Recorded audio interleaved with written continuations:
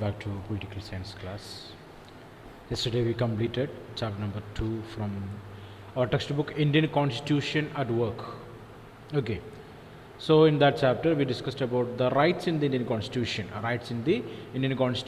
and now today we are moving directly to the third chapter, elections and representation. Election and representation. Clear?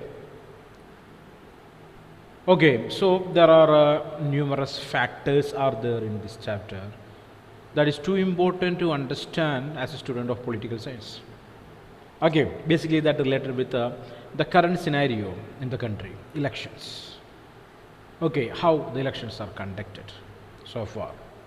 What do you mean by the free and fair elections? What are the procedures that you want to follow related with the election? What is the election commission? Okay, clear like that. Number of things are there, various things are there. You have to understand it. So directly we are going to the textbook today. Overall understanding of the activity called the election and the representation in the legislature.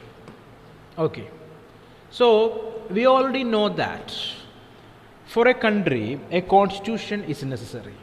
Set of rules and regulations are necessary, and we are living in a democratical country. India is a democratical one, right? A democratical country, right?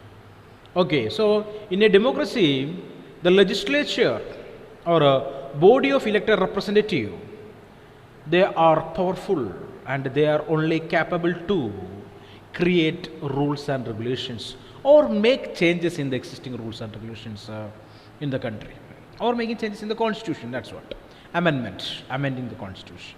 Only the legislature have the power. Okay, so they are our representatives. There are number of different criteria we will use to elect our representatives. Okay, so we are going to discuss that. Elections in India and representatives of different constituencies. So in this chapter basically we are discussing about different methods of elections, different methods of direct and indirect methods.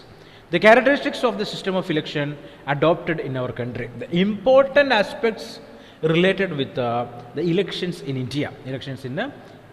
And next one, the importance of the provision for free and fair election. Important for the provision for the free and fair election. Finally, the debate on electoral reforms. If we need some changes in the present condition or present norms and regulations of election, if you want to make any changes, we want to discuss that also. Okay, that's called to be electoral reforms. Changes in that, positive changes, called to be reforms. Not negative one, but a positive one. So we are going to discuss about different methods of election, characteristics of the election adopted in our country, the importance of provision for free and fair election, and the debate on electoral reform. These are the most important aspects that what we are going to learn from this chapter called election and representation. Clear? So representative democracy, that's what the thing we are basically following in India. Okay, representative. So we are able or we have the power to elect our representatives through a particular political right called universal adult franchise. Can anyone tell me what is this universal adult franchise? The right to vote for all citizens above the age of 18. In India. Okay. So 18. The right to vote, irrespective of a caste, creed, color and sex. Okay. Everyone, those who complete the age of 18 in India have the right to vote. That is basically considering as the universal adult franchise. Okay, so we know that there are different political party setups are there in the world. Different political party systems are there. Like might you studied in the junior classes. Single party system called to be single party democracy. Biparty system. So China is an example for a single party democracy. Democracy is there, but only one political party is existing in that country. So candidates in one constituency, okay, they are from the same party. Clear or not? Ideas, programs, policies of that two candidates are almost the same. because they are coming from the same party, right? Called single party democracy. Clear? But it is not that democratic. Single party democracy is not that democratic because the single party will not allow any others to flourish or create another political party in that country. So the system is like that. It is not that good for a country's development. Clear? Single party. Next one, it is called to be bi-party democratical condition or system. Bi-party system is there, right? Example, America. American example for a bi-party system. Only two political parties are there. Two prominent political parties are there. Clear or not? Britain also an example for the bi-party system. Only two parties are there. Two parties are there. Clear? Next one, the complicated one is called to be the multi-party system. Multi-party system. Okay. So India is the finest example for the multi-party system. Following multi-party system, number of problems are there, number of advantages also are there. So multi-party system giving chances for different social groups to participate in the electoral process. Clear? Because different political parties are there, they all have chances to participate in the election or hold the power in the government. So everyone or all the party have the same chances. Okay, drawbacks also are the fights, decentralization. Okay, decentralization of unity, we can say like that. Okay, the country will miss unity. Different political groups will form. Different social groups will form. Trouble. It is a trouble, right? So that's three different types of political party systems: single party system, bi-party system, and the multi-party system. Multi-party system. So to protect the interest of these different parties or interest of the people in the country, number of rules and regulations are necessary. Okay, number of rules or regulations are necessary to protect the value of democratic elections. Okay, so we are starting page number 5252, elections and democracy. Let us begin by asking ourselves two simple questions about elections and democracy. Can we have democracy without holding election? Question. Can we have democracy without holding election or conducting elections? What is your answer? There is any possibility for following democratical type of government without elections? Are there or not? No chance, right? If elections are not there, people will not have chance to choose their representatives. Clear or not? What will happen there? The elected government or once elected government by the people, it will become a fascist one. Fascist one means they will not listen the words of others because they know that there is no election. They will act as autocratic rulers. They will act as monarchs, dictators, right? So elections are compulsory. Why elections? If we are unable to understand or adjust with the opinions, policies and programs of one government, elections giving us a chance to push them out from the power. Clear or not? Or drag them down from the power. So elections are compulsory and it is necessary to perform a democratical setup or democratical kind of a government. So elections are compulsory. So it is too important.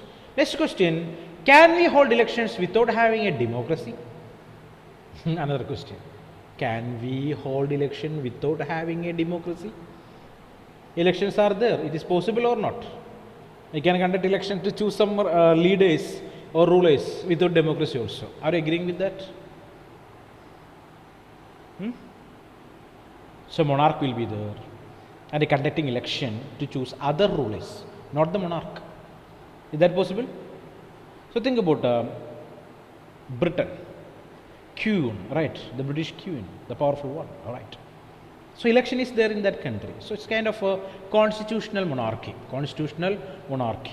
Okay, but we cannot say that without elections, basically there is no existence for democracy, right?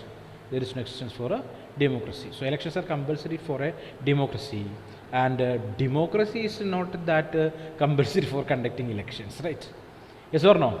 We can conduct elections, right, for choosing someone. Okay, but in an autocratic system. But basically we can say that this is a contradictory question. So we are going to answer this. Just keep this question in your mind. can we hold elections without having democracy? Okay, let us have a discussion in the classroom on both these questions by using examples from whether we have learned so far in the previous classes. The first question remains as on the necessity of a representation in a large democracy. Okay, so representation is necessary. If there is no representation, so representation sense, the representatives are, elected representatives, basically they are from a particular community, or they are showing the interest of a particular locality. So it's called to be representative democracy. Okay, all citizens cannot take direct part in making every decision, right? Each and every individual cannot participate in the decision making. So we are choosing we are electing our own representative to play our part in decision making, right? Right, our MLAs or MPs, actually they are playing our part in the decision making. This is how elections become important. So it is too important. Whenever we think of India as a democracy, our mind invariably turns into the last elections. So last Panchayat election, local self elections completed in Kerala, right? Almost 1 month completed. Elections have today become the most visible symbol of the democratic process. So elections are termed as most visible, symbol of democratic process. Underline. We often distinguish between direct and indirect democracy. Direct democracy and indirect democracy. A direct democracy is one where the citizens directly participate in the day-to-day decision making and in the running of government. That's called to be the direct democracy. Regularly, the people will participate in the decision making of the government. That's called to be direct democracy. Okay. The ancient city-states in Greece were considered examples of direct democracy, where all the individuals or the citizens have the right to participate in the decision making. Only men, Many would consider local governments, especially Gram Sabhas, to be the closest example. So Gram Sabha means it's a group of people. Basically, all the voters in a village, they are called as a Gram Sabha. All the voters in a village is called a Gram Sabha. The Gram Panchayat or the village Panchayat or elected representatives from that village, they have to function with the supervision of or under the supervision of the Gram Sabha. So people directly participating in the administration or decision making of a village Panchayat. Clear? Yes or no? So Gram Sabha and Gram Panchayat. Okay, just understand the things. You studied that in the junior classes, the difference between the Gram Sabha and Gram Panchayat. Gram Panchayat means elected representatives from each ward. So, example, consider this as a village and dividing that into several wards. Clear wards? 1, 2, 3, 4, 5, 6, 7, 8, 9 wards are there, right? So, think in each ward more or less 500 people are there. Clear? And these 500 people will elect one representative from their locality, their region, their area. Ward number 1, one representative. Ward number 2, another representative. Okay, so these 500 voters from each constituency, each ward, 1, 2, 3, 9 wards are there, right? 9 into 500, 4,500 people, they are called as the Gram Sabha. Clear? They are the Gram Sabha. All these voters, they are the Gram Sabha, the entire voters. Okay, so the elected representatives from each ward is basically termed as ward member or the Panch. Ward member or the Panch. Clear? Out of these 9 members, which political party score more than half or majority, that party will form the government. Clear? Local self-government. The village panchayat. That government is termed as the village panchayat. A combination of these Panch, ward members. And the head of these ward members, he is called as Panchayat President, right? The president of the panchayats. Sarpanch. What is that? Sarpanch. Clear? Okay, so this village panchayat system giving a chance for each and everyone to participate in the democratic process. Example for direct democracy. Direct democracy. Clear? Okay, moving forward. But this kind of direct democracy cannot be practiced when a decision has to be taken by lakhs and crores of people. For a local cell government, only constitute of nearly 4,500 or 10,000, it is okay, no problem. But a decision we are going to take that is related with lakhs or crores of people, this direct participation is not possible, right?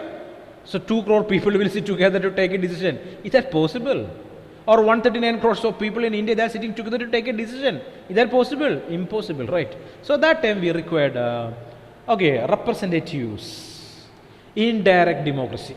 Okay, that is why rule by the people usually means rule by the people's representatives. So we need representatives. In such an arrangement, citizens choose their representatives who in turn are actively involved in governing and administering the country. The method followed to choose these representatives is referred to as election. Underline. Thus, the citizens have a limited role in making major decisions and in running the administration. So, democracy, we will say it is people's government, but the right of the people, it is limited in any democratic government. Okay, only the representatives will take part, or they will play our role also. The citizens have the limited role in taking major decisions and in running the administration. They are not very actively involved in making of policies. People.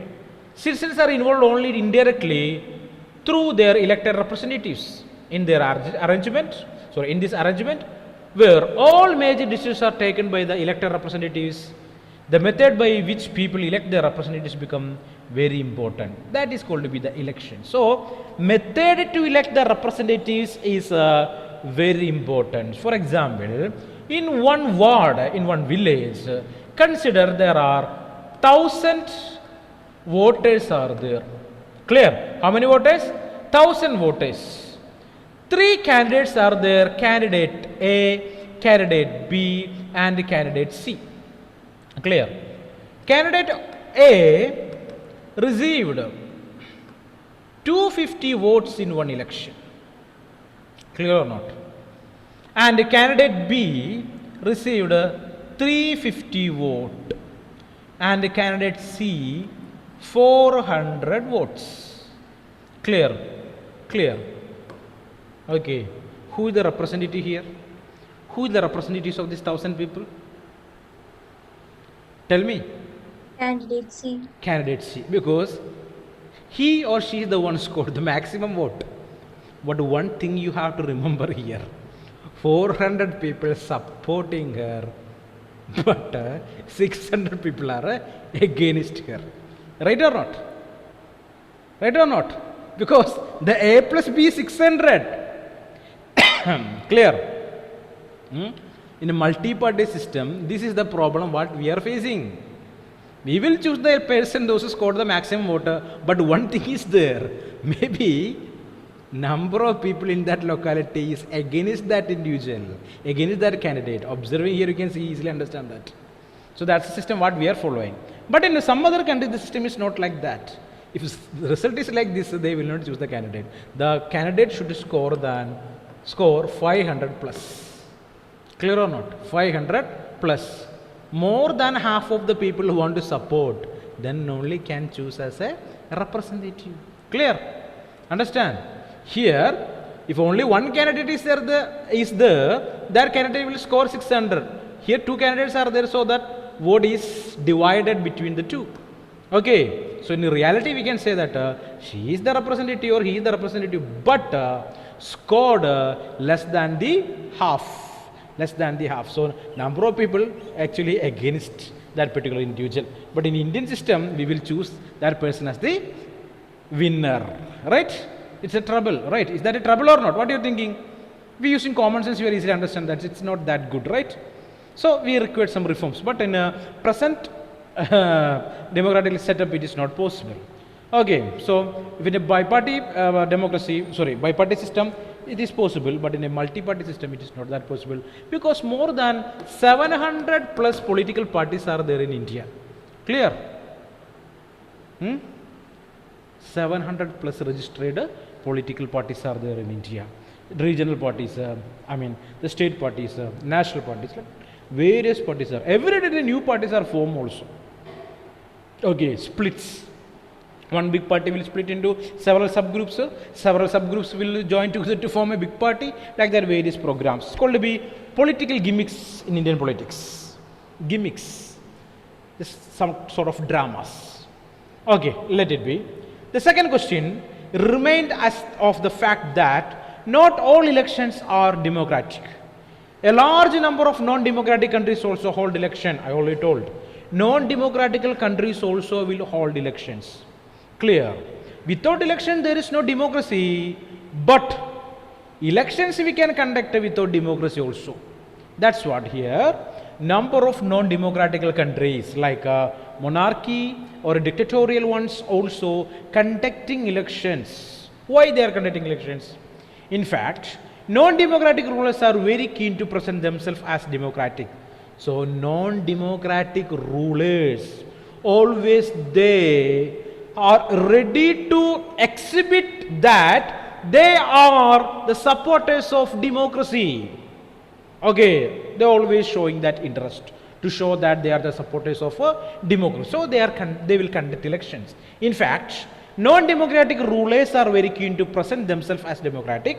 They do so by holding elections in such a way that it does not threaten their rule. So they will conduct elections in the country to elect some representatives from the people. But that representatives, they will not create any harm or create any harm to the dictator or the monarch. Clear? They will choose such kind of people to participate in the election. The strong believers of that monarch or the dictator. Basically, we will use a term for them. It's called to be conservatives. Conservatives. Okay, conservatism means the people they are supporting the old tradition of any monarchical kind of country, and they are the supporters of the king or the monarch. They are called to be the conservatives. Opposite of conservatism, it is liberalism. What is that? Liberalism. Okay, opposite of conservatism, liberalism. So liberal people, they are against the conservatism. They are against the conservatives. They are against the rule of the monarch or a dictator. They want freedom, liberty. That's why we are using the term liberal principles or liberalism. Clear? Just keep that idea in your mind. Next question for you people. Can you think of some examples of such non-democratic election? Are you able to think about that? So it is election, but non-democratic election. Non-democratic election. In the case of China, we know that it's a single party democracy. Single party democracy. Elections are there, but candidates are from the same party. They are following the same program and the policy of that particular political party called Chinese Communist Party. Chinese Communist Party. To form the government in People's Republic of China. People's Republic of China. Okay, PCR. Sorry, PRC. People's Republic of China. Okay, clear. The policies and programs of both the candidates are the same. So, how much democratic or how democratic such kind of elections are? We can say that it is better. Okay, no elections are better than such kind of elections, right? They are not going to give any special powers to any other people, or they will not allow any other persons or group of people to react badly against the government or form political associations. It is not at all good, right? So it is almost equal to a non-democratic country. Okay, we'll say that it's a single party democracy, but elections, the way of election what they are following, it is almost equal to a non-democratic one. Okay, so what do you think would distinguish the democratic from a non-democratic election? That's it, we discussed now. What can be done to ensure that elections in a country would be conducted in a democratic way? So we know that bi-party system. So bi-party system, example, America, Britain, bi-party system. Two political parties are there, right? The ideas of these political parties are different, not the same. Not the same. It is the people who want to decide for whom want to provide the vote. Clear or not? So people have choices. Choice is there for the people, but limited. Only two are there: A or B. A or B. Clear? For this time A came to power, the next time B came to power. Okay. If they are disagreeing with the ideas of A, again who will come into the power? A only will come, right? So limitations are there for them. Okay, limited choice. But a multi-party country is not like that. Problem is there. What is that? Huh? I already told you that political division will increase. As a result of that, the society also will divide on the basis of political ideology. Political ideology. Clear? But choices are unlimited. Choices are unlimited. If you are observing the ballot paper, you come to know, okay, number of names are there, number of political parties are there, number of alliances are there, coalitions are there. Okay, so that's what the importance of a democratic type of election. Okay, choices are there for the people. Okay, so they can choose the best. This is where constitution comes in. The constitution of a democratic country lays down some basic rules about election. So, to make all these elections free and fair, there are number of provisions are there in the constitution. Okay, so we know that constitution is a combination of rules and regulations to protect the well-being of the people in the country. So, number of rules and regulations are there in the constitution related with how to conduct elections. How to conduct not just election but free and fair election. Free and fair elections. Okay. So the details are usually left to be worked out by laws passed by the legislatures. These basic rules are usually about. So we are able to find a number of rules and regulations in the constitution related with who is eligible to vote. Universal adult franchise, right? Universal adult franchise. The person, those who complete the age of 18, irrespective of class, creed, sex, and richness or economic stability, they are able to vote. It's called to be universal adult franchise. Who is eligible to contest? So different age limits are there to contest in elections. Clear or not? For local self-government, one particular age is there. For a state legislature, another. And for the member of parliament. Clear or not? MPs, another age limitations are there. Clear? Next one, who is to supervise elections? Who is to supervise? So an umpire is necessary, right or not? Clear? Yes or no? An umpire is necessary or not? If it's a game, we know that an umpire will be there to control this game. So, Indian politics or Indian election is the world's biggest comedy, we can say that. And it's a gimmick too. So, a person is necessary, an organization is necessary to control this function or control these programs. Called to be the Election Commission. Election Commission. Question for you, who is the Union or Chief Election Commission of India? Chief Election Commission of India, find out. And who is the Election Commission of Kerala?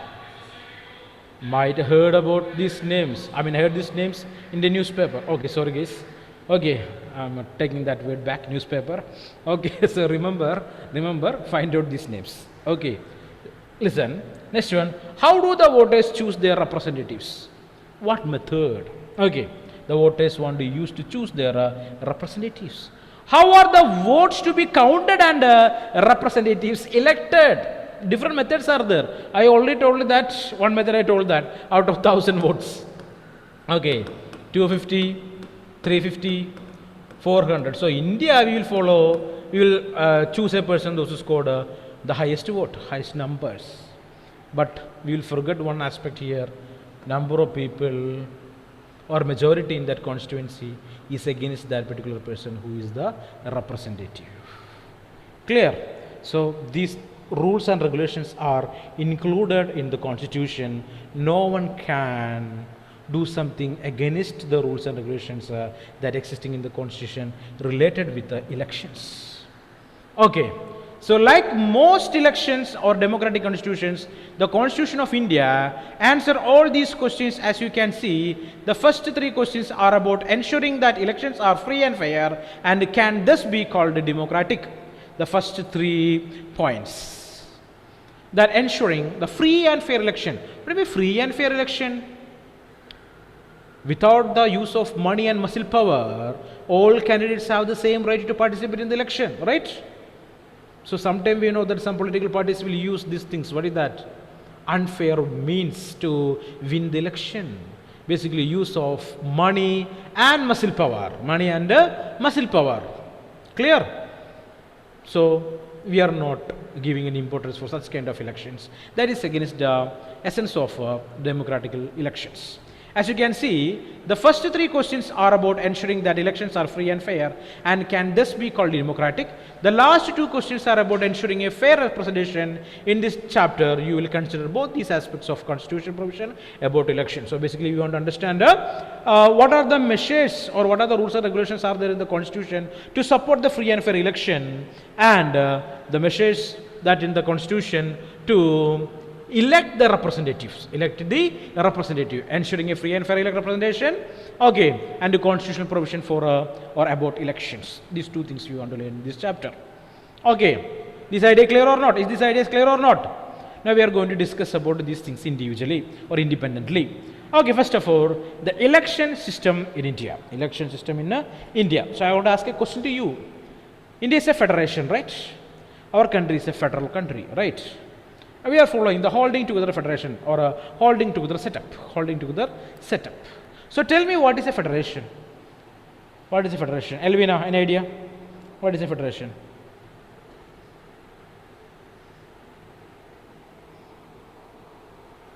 Yeah. Any idea?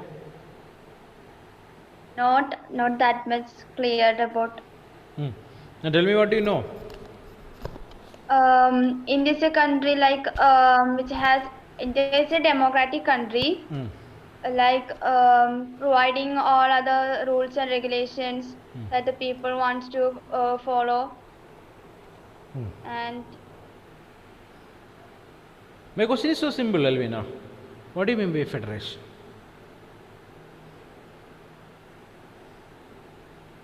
Anyone?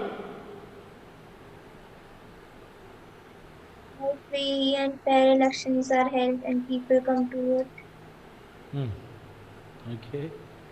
Okay. So simply speaking, so a federation is nothing but a country follows more than two levels of government. Clear? Simple. More than two levels of government. Okay. Such kind of countries are basically termed as a federation, a federal government. Clear? More than two levels of government. Two or more, that's what. Clear?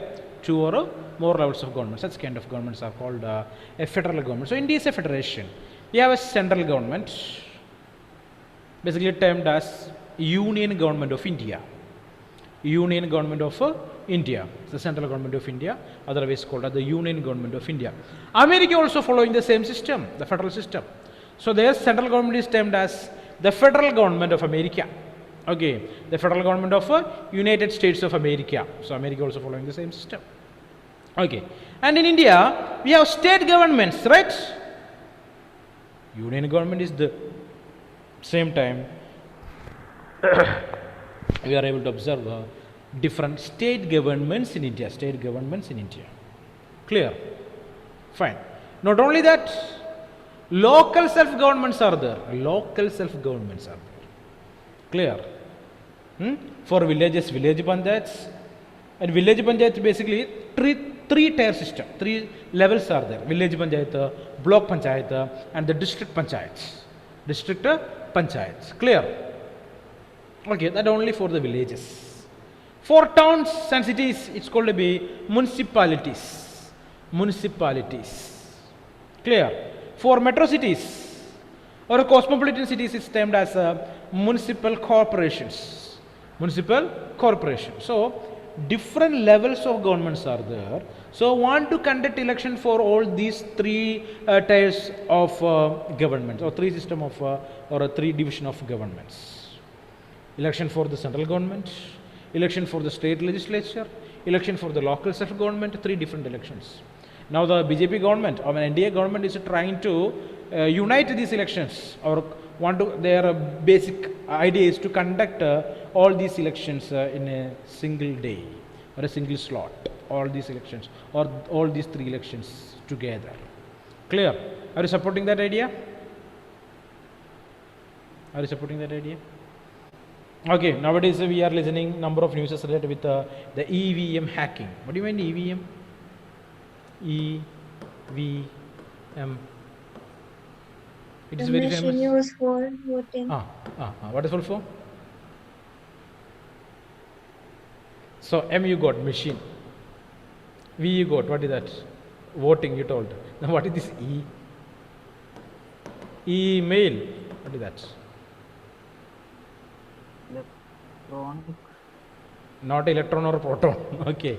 Electronic voting machine. Clear? EVM, electronic voting machine. So we are listening or hearing in the news channels, number of news is related with the hacking of electronic voting machines. We don't know whether it is the news are authentic or not, clear or not. No idea about that. Anyway, I just discussed that matter with you people. That only. Okay. Just an election system in India. You may have noted about the reference to different methods or the system of elections. You may have wondered that these were all about, you may have seen or read about different methods of electioneering or campaigning in elections. But what are different methods of elections? There is a system of conducting elections. So, as a common man or an individual, we can observe what is going on in the election time. Clear or not? Only we can see the campaigning. The candidates and the followers of the party, they are moving there and here. They are pasting posters everywhere on the roads or on the walls. Okay, that kind of things we are able to observe that. But we don't know what is the real procedure of elections there. Okay, posting the posters or stickers, there are electoral emblems or symbols. Not only that, number of other activities also are incorporated with the elections. What are they? There are authorities and rules about do and don'ts. Okay, there are number of do's and don'ts related with any or every election. Every elections is that what election system is all about. You may have wondered why the constitution needs to write down how the voters are to be counted and